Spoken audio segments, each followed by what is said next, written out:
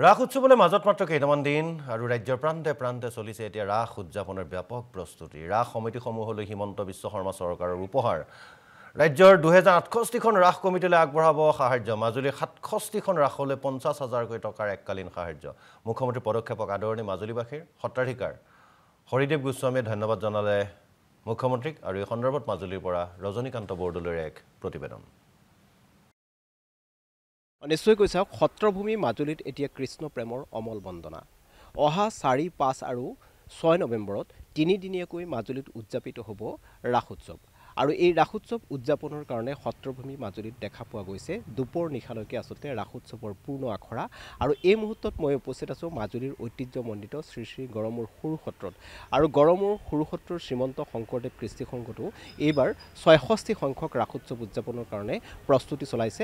আৰু এটা কথা ক'ব লাগিব, অসমৰ মুখ্যমন্ত্ৰী ডক্টৰ হিমন্ত বিশ্ব শৰ্মাই কালি আচলতে কেবিনেটত এক বৃহৎ সিদ্ধান্ত গ্ৰহণ কৰিছে।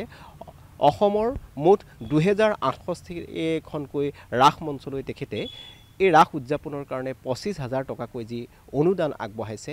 আৰু সমান্তৰালভাৱে মাজুলীৰ ৬৭খন যি ৰাস এইবাৰ উদযাপন কৰা হ'ব, সেই ৰাস মঞ্চসমূহলৈ তেওঁলোকৰ সুবিধা হোৱাকৈ অনুষ্ঠানটো সুকলমে সুচাৰুৰূপে পালন কৰিবৰ কাৰণে আচলতে মুখ্যমন্ত্ৰীগৰাকীয়ে বিশেষভাৱে আচলতে আৰু ২৫,০০০ টকা আগবঢ়াই মুঠ ৫০,০০০কৈ প্ৰতিখন ৰাস মঞ্চত আগবঢ়াইছে। আৰু এই মুহূৰ্তত মই মাজুলীৰ ঐতিহ্যমণ্ডিত গড়মূৰ সৰু সত্ৰৰ সত্ৰাধিকাৰ প্ৰভুশ্বৰ আমাৰ মাজত আছে হৰিদেৱ গোস্বামী। আমি তেখেতৰ ওচৰলৈকে যাব বিচাৰিছোঁ। প্ৰভুশ্বৰ, আপোনাৰ ওচৰলৈকে আহিব বিচাৰিছোঁ।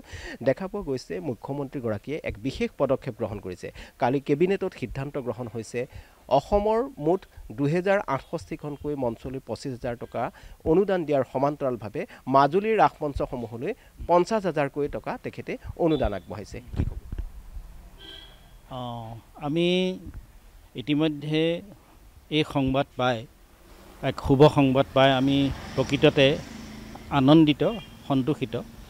আৰু এটা কথা ক'ব লাগিব, আমাৰ বৰ্তমান মুখ্যমন্ত্ৰী ডক্টৰ হিমন্ত বিশ্ব শৰ্মাদেৱে মাজুলীৰ এই যি বৈষ্ণৱ পীঠ, ইয়াৰ যি সংস্কৃতি, এই সংস্কৃতিক ইয়াক উদ্বুদ্ধ কৰিবৰ কাৰণে, এই সংস্কৃতিক আৰু আগবঢ়াই নিবৰ বাবে তেখেতৰ এতিয়াই নহয় আগৰ পৰাই প্ৰয়াস আছে।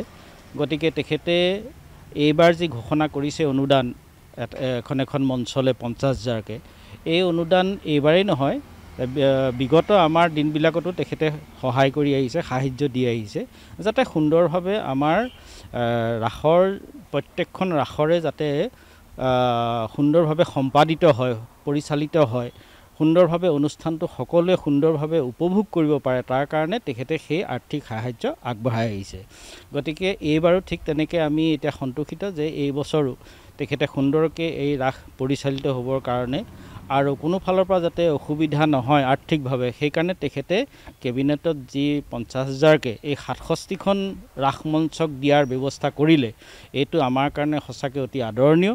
তেখেতলৈ আমি শাৰদীয় শুভেচ্ছা জনোৱাৰ লগতে তেখেতে এই যি তেখেতে এটা উদ্দেশ্য লৈ আমাক এই অনুদান আগবঢ়ালে, তাৰ কাৰণে আমি সত্ৰৰ তৰফৰ পৰা তেখেতলৈ আন্তৰিক শুভেচ্ছা আৰু ধন্যবাদ জ্ঞাপন কৰিছোঁ।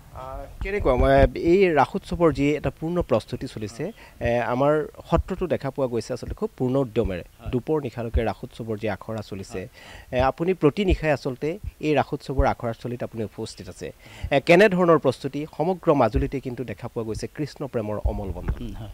হয় হয় হয়, কৃষ্ণ প্ৰেমৰ অমৰ বন্দনা। এয়া আমাৰ ক'ব লাগিব, মাজুলীত এই পৰিৱেশ যেতিয়াই আহিব ৰাসৰ, তেতিয়াই আমাৰ সকলো ফালে কৃষ্ণৰে মাত্ৰ বন্দনা হৈ থাকে, যেতিয়ালৈকে ৰাস পূৰ্ণিমাত ৰাস উদযাপন কৰি শেষ নোহোৱা পৰ্যন্ত আমাৰ ঠিক ১ মাহ, এই ১ মাহ আমাৰ সম্পূৰ্ণভাৱে এক উদুলি মুদুলি এক অৱস্থা মাজুলীত হৈ থাকে, এক কৃষ্ণ বন্দনা হৈ থাকে। গতিকে এতিয়া আমাৰ যিটো প্ৰস্তুতি, গড়মূৰ সৰু সত্ৰৰ যিটো প্ৰস্তুতি, এই প্ৰস্তুতি আমি পূৰ্ণদমে আগবঢ়াই নিছোঁ।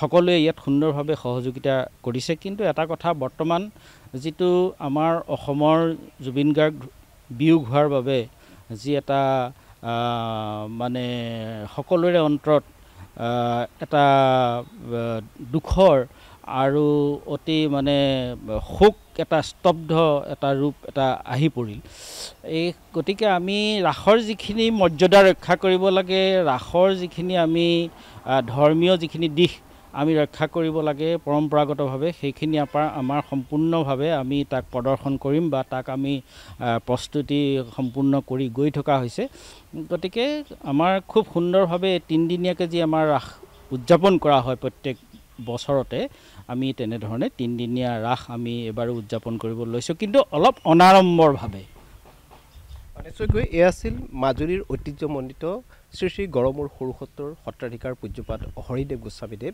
আৰু এইবাৰ যিহেতু মাজুলীত ৬৭খনকৈ মঞ্চত ৰাস উৎসৱ উদযাপন কৰা হ'ব আৰু দেখা পোৱা গৈছে অসমৰ হিয়াৰ আমঠু প্ৰাণৰ শিল্পী জুবিন গাৰ্গৰ যি এই ৰহস্যখন যি মৃত্যু এই মৃত্যু আচলতে প্ৰতিগৰাকী অসমীয়াৰে বুকু আজি উকা কৰি থৈ গৈছে আৰু তেনে অৱস্থাত সকলোৰে মন মৰ্মাহত হৈ থকা যি পৰিৱেশ এই পৰিৱেশৰ মাজতো পৰম্পৰা ৰক্ষা কৰি আচলতে এই শাৰদীয় ৰাস উৎসৱ উদযাপনৰ কাৰণে সমগ্ৰ অসমবাসীৰ লগতে সত্ৰপীঠ মাজুলীতো প্ৰস্তুতি চলোৱা পৰিলক্ষিত হৈছে আৰু মুখ্যমন্ত্ৰীগৰাকীয়ে এই